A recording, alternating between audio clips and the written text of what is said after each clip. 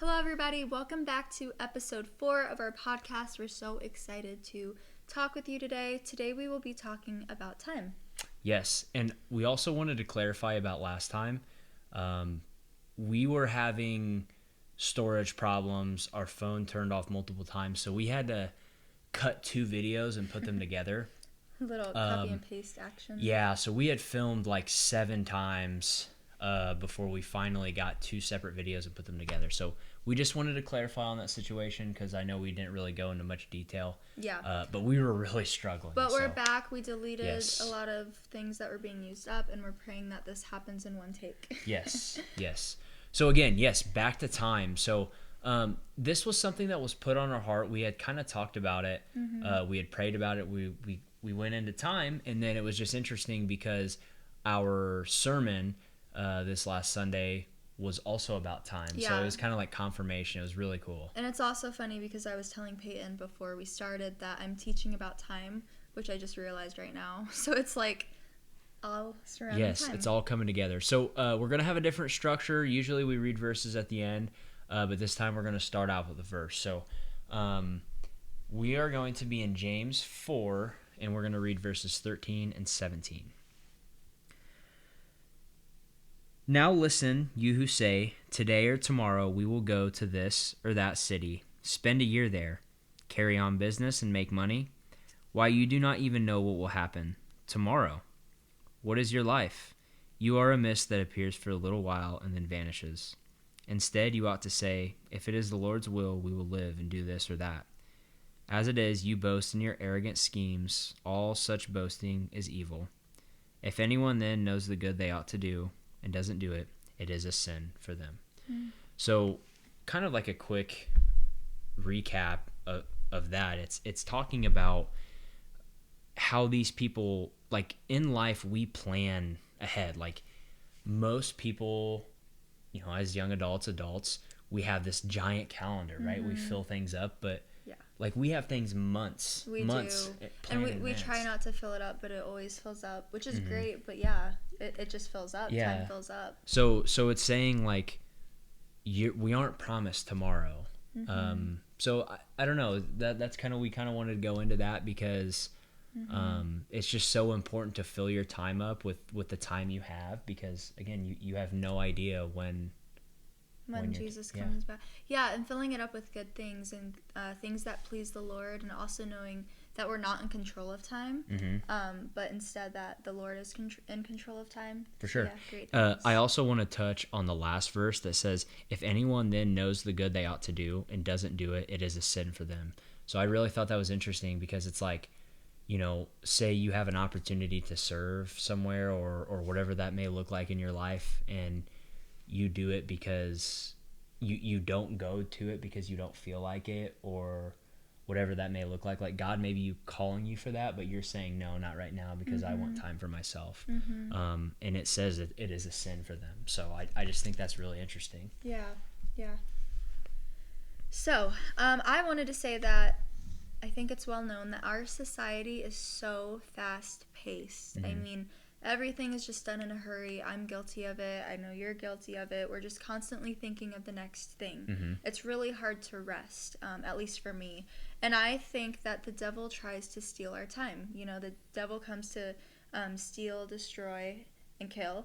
And he tries to steal our time. I think it's one of the biggest things that he can use. And it's something that goes right over our heads because it's just not always noticeable to us. Well, it's especially like through distractions or even through hard times, right? Like say you are gonna send, I think we talked about this at our encouragement video. We talked about, you know, sending a quick text message, right? Like those are things that God may be calling us to do, but it can be so easy to be distracted with the busyness, with the fast-paced world. Get distracted and leave that. So yeah, good points. So kind of going into stories about how, for me, it's going to be how I fill up my time. I know you have something a little different, but most recently, I fill up my time with, I would say, I start my morning with the gym. I've been going at 5 a.m. Kind of to increase more time in our evening, waking up a little bit earlier. My phone. Jobs, of course. We both have jobs. Time with friends and family. and the Bible, which I wrote Bible down, and in my heart I'm like I read my Bible, but it should be more. And I circled phone because I wanted to talk about how at one point I was addicted to my phone. It was like maybe a few months ago. We were watching a movie and I just could not stop picking up my phone every 2 minutes. And I didn't even get a notification, but I would just go to Reels or I would go to my text messages.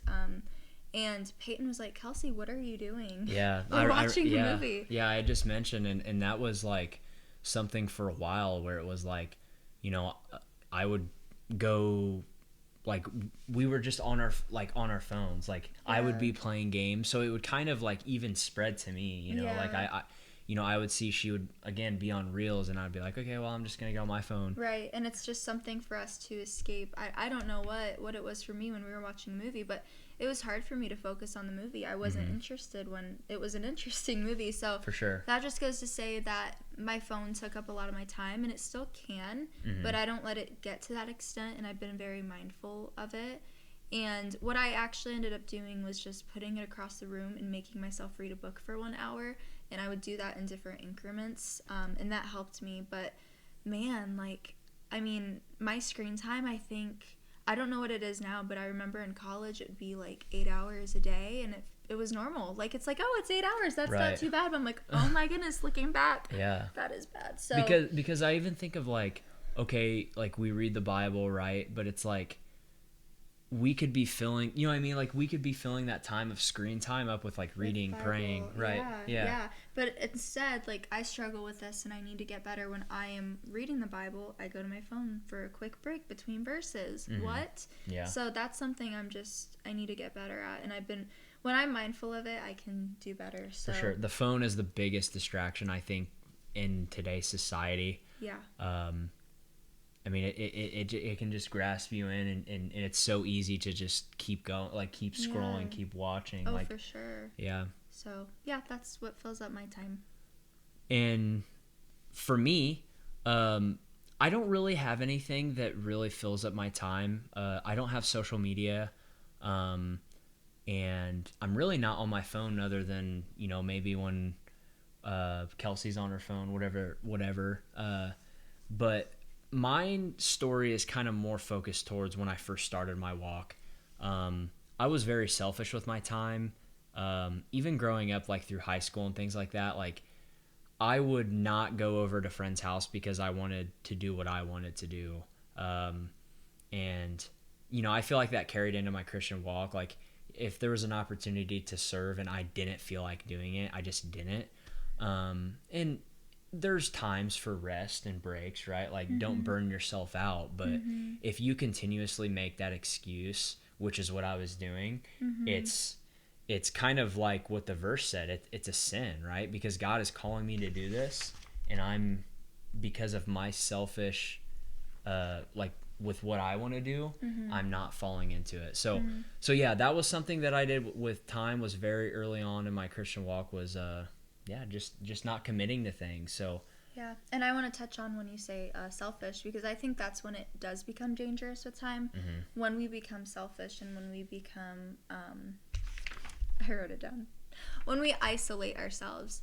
Because I know I mentioned in the last episode of how I used my time to isolate myself, and it just wasn't good. So yeah, I like what you said there. I can relate to you. I know with long distance, so we did long distance for 2 years, and I would see you like maybe once a month, and then of course the summer. But when I was with you, and I was just really focused on using our time together and spending quality time together, which I understand where I was coming from, but I think I definitely could have been more selfless with my time. Yeah. No, I think of like when we first started dating, like we did like Bible studies and things like that. And I feel like as we did long distance, things were like, we kind of went away from that because we were selfish with our time and what we wanted to do. Our day. Right. Yeah. So definitely. And I think it also goes back to, I wrote this down, shifting focus from guarding time to giving time. Again, you don't want to become burnt out, and you don't want to, you know, be exhausted all the time. But serving is such a powerful thing. Yes. It allows us to connect to others. It fills us up. It allows us to bless others. and it's a gift. Giving our time is a gift. So I just wanted to say that in regards, I forgot this point, in regards to things that fill up our time, and I was talking about being more mindful about what I use my time for. Also, we can ask ourselves these two questions. How much of these things influence us in a positive way? So going back to my phone, how did that influence me? Did it influence me well? And then how much of these things point us to Jesus? So wanted to That's say good. that. Yeah, I also wanted to touch on like what you were talking about, like with guarding your time and things like that, because it's not easy, right?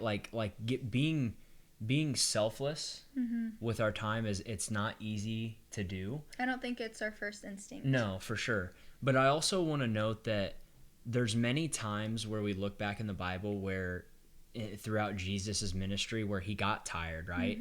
And we look at how he took breaks, and that was he went to an isolated place where he could just rest and pray away from people. So yes, we are called to serve. Yes, we have opportunities from the Lord, but we're not stating that like go right, go.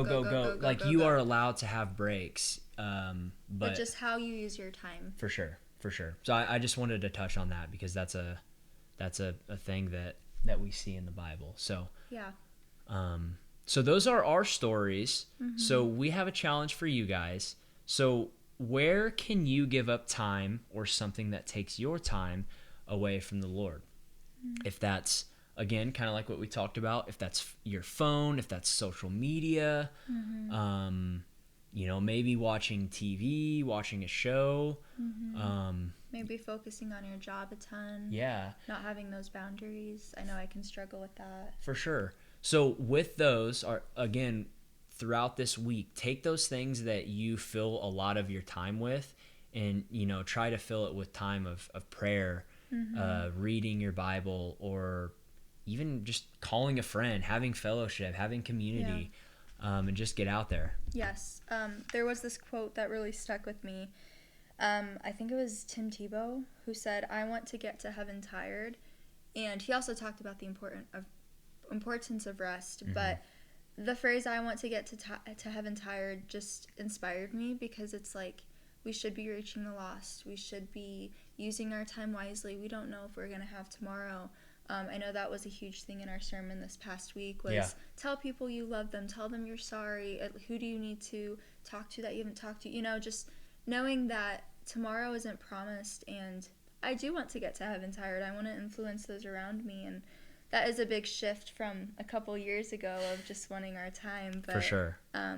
Yeah, and again, like I do still struggle. It's not always perfect. I am tired. I don't always want to be selfless, but maybe it's just even a prayer of, Lord, please help me to be more selfless with my time. For sure. Yeah. And it, again, like Kelsey said, it's not easy. It's not an easy thing to do. But I believe that we're called to it, and it's a very rewarding thing to serve and be called and answer that calling. Yes. So all right, hope you have a good week. Praying that this all filmed. And yes, that I know we said that last time, but yeah, one piece this time. Have a great rest of your week. Yes, have a great week, guys. Have a good time. Yeah.